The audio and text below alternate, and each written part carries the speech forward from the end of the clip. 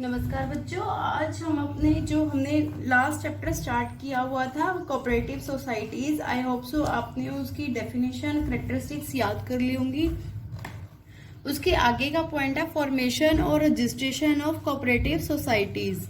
Formation और registration of cooperative societies आज मैं आपको बुक में से ही पढ़ा रही हूँ। इसका द फॉर्मेशन और registration of cooperative societies come under the cooperative societies act 1912। ये लास्ट टाइम मैंने आपको बताया था एक्ट कौन सा, 1912। West Bengal, Bihar, Orissa, Maharashtra and Tamil Nadu have their own society act. West Bengal में, बिहार, उड़ीसा, महाराष्ट्र और तमिलनाडु के अपने खुद के सोसाइटीज एक्ट है। Every state has a registrar for cooperative societies. Cooperative हर एक राज्य के पास अपना कोऑपरेटिव सोसाइटी को रजिस्टर करने के लिए एक ऑफिस बना होता है। Those who want to establish a cooperative society have to submit an application to the concern registrar. जो भी कोऑपरेटिव सोसाइटीज में रजिस्ट्रेशन करना चाहता है वो रजिस्ट्रार के पास अपनी एप्लीकेशन को सबमिट करा सकता है। उस एप्लीकेशन में क्या क्या लिखा होगा, उस प्रपोज सोसाइटी का नेम लिखा होगा, ऑब्जेक्टिव लिखा होगा कि क्यों हम इस कोऑपरेटिव सोसाइटीज को क्यों एस्टेब्लिश कर रहे हैं, उसका क्या मेन ऑब्जेक्टिव है, डिटेल्स ऑफ शेयर कैपिटल, कौन से मेंबर ने कितने शेयर लिया हुआ है और जो ऑथोराइज जो शेयर कैपिटल है वो कितनी है।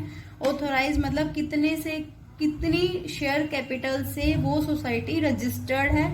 Right, duties and responsibilities of the members की क्या क्या राइट होंगे, राइट उनका क्या अधिकार होगा, उनका क्या काम करेंगे, उनका क्या दायित्व होगा। The method of becoming a member, कोई भी अगर कोऑपरेटिव सोसाइटी का मेंबर बनना चाहता है तो उसके लिए क्या उसको प्रोसेस एडॉप्ट करना होगा, उसको बोलते हैं मेथड।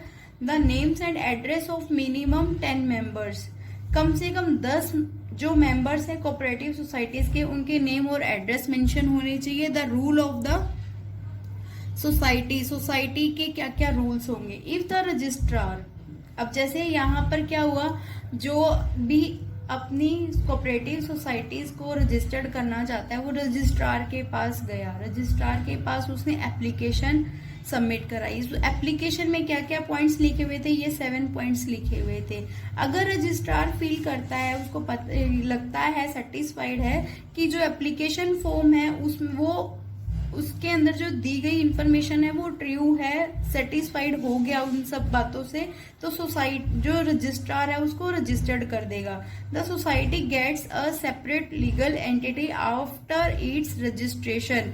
उसके बाद एक कोऑपरेटिव सोसाइटी की अपनी अलग एक नाम होगा, उसकी पहचान होगी, उसकी अपनी अलग एक स्टैंप होगी। जैसे कोई अभी सभी स्कूलों की क्या होती है, अपनी अपनी स्टैंप होती है ना। क्यों होती है? क्योंकि वो वहां पर उनको एफिलिएशन मिल जाती है, मान्यता मिल जाती है।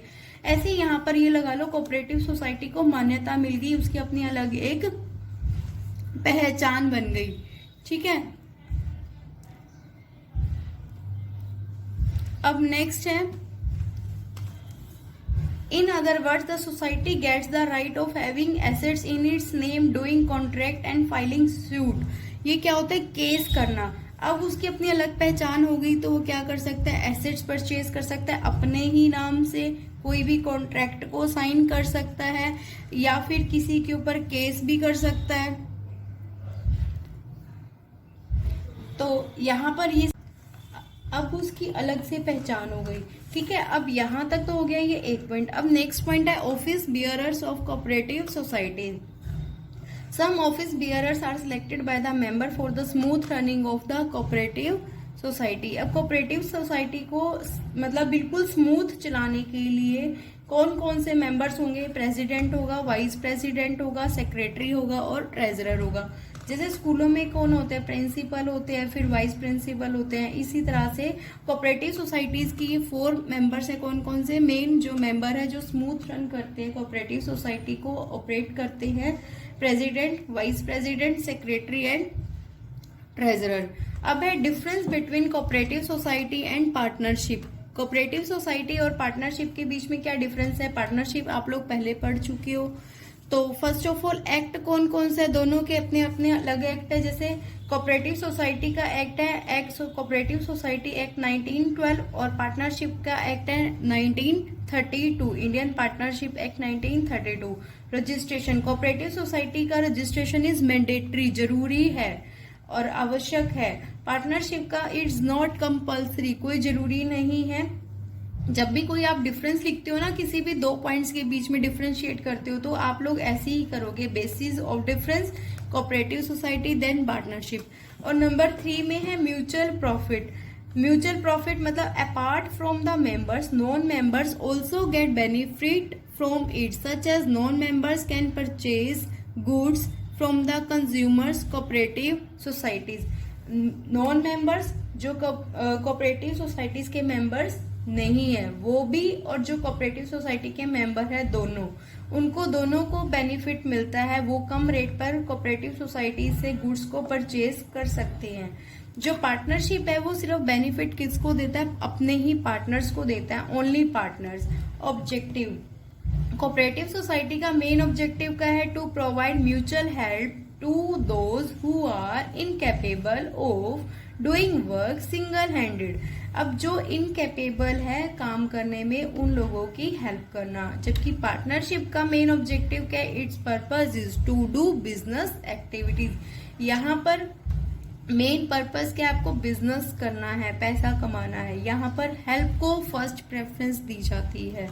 फिर है number of members. Cooperative societies में मिनिमम कम से कम 10 मेंबर्स होने चाहिए और maximum 100 in case of cooperative credit society. Credit society अभी अभी आगे हमारा जो न्यू टॉपिक आएगा वो आएगा types of cooperative society. Different types की कोऑपरेटिव सोसाइटीज को हम पढ़ेंगे। वहां पर एक टाइप आएगा क्रेडिट, जो उधार देती है अपने ही मेंबर्स को, नॉन मेंबर्स को। वहां पर ज्यादा सिर्फ 100 से ज्यादा नहीं हो सकते, बाकी कोई लिमिट नहीं है। और जो टाइप्स होंगी क्रेडिट सोसाइटीज की, वहां पर सिर्फ क्रेडिट कोऑपरेटिव सोसाइटी में मैक्सिमम नंबर 100 हो सकते हैं। बाकी की जो और टाइप्स हैं कोऑपरेटिव सोसाइटीज की, उनकी कोई लिमिट नहीं होगी।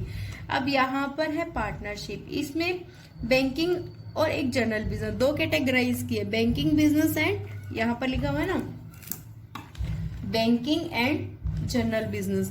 बैंकिंग में मैक्सिमम मिनिमम 2 मैक्सिमम 10, कम से कम 2, ज्यादा से ज्यादा 10।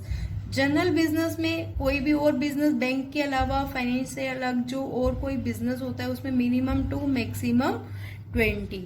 ठीक है, ये इसका डिफरेंस आप पढ़ लेना।